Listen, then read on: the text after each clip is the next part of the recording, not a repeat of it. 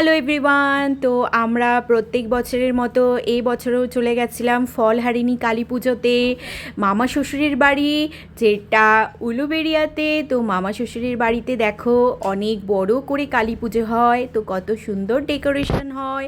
তো এখানে বাজি ফাটানো থেকে শুরু করে মানে ভীষণ ভীষণ বড়োভাবে কালী পুজোটা সেলিব্রেশন করা হয়। তো চলো তোমাদের সাথে আমি সেটাই শেয়ার করছি।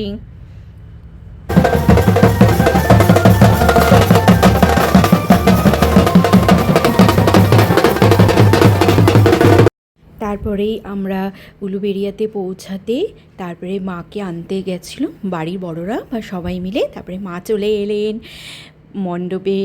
তো আমাদের তো খুব ভালো লাগছিল। দেখো তোমরা মাকে, তো মাকে অনেক অনেক প্রণাম আর অনেক অনেক মায়ের আশীর্বাদ কামনা করি।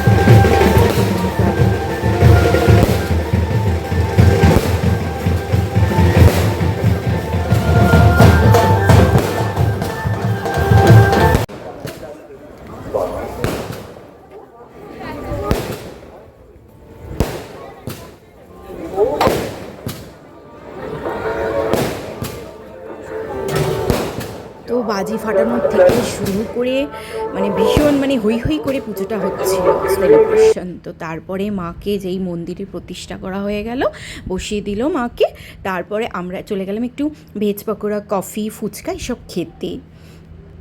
তো তারপরে মাকে নিয়ে যাওয়া হচ্ছে এই যে মায়ের যেখানে মানে মায়ের যেখানে পুজো হবে সেখানে প্রতিষ্ঠা করা হয়ে গেল মাকে।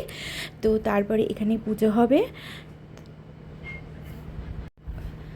তারপরে একটু ভেজ পকোড়া বাচ্চারা আমরা সবাই মিলে আবার একটু খেয়ে নিলাম।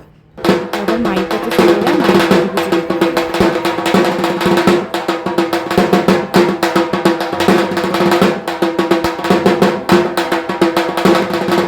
মাকে মালা থেকে গয়নাগাটি পরানো হয়ে গেল, সাজুগুজু মায়ের হয়ে গেল। তারপরে আমরা চলে এলাম, রাত হয়ে যাচ্ছিল, বাড়ি আসতে হবে কলকাতায় হাওড়া উলুবেড়িয়া থেকে। তো খেতে বসে গেছিলাম। খাওয়া দাওয়া মায়ের ভোগ ভালোই হয়েছিল। যেই খাওয়া দাওয়া হয়ে গেল তারপরে আমরা রেডি হচ্ছিলাম, এবার আমরা যাব বলে। খাওয়া দাওয়া ভালো ছিল, শেষ পাতে আইসক্রিম, তারপরে মশলা পান মশলা চলে এলো। তারপরে আমরা সবাইকে টাটা বলে বেরিয়ে পড়লাম। তো তারপরে বেরানোর সময় গাড়ি পার্কিংয়ের ওখানে দেখি এই দেখো একটা বড় মানে বিছে। তো যাই হোক, চলো টাটা, তোমাদের সাথে আবার দেখা হবে নেক্সট মিনি ব্লগে। আর আমাদের আসার পথে ছিল মা দক্ষিণেশ্বরের মন্দির, মায়ের মন্দিরও দেখিয়ে দিলাম। টাটা।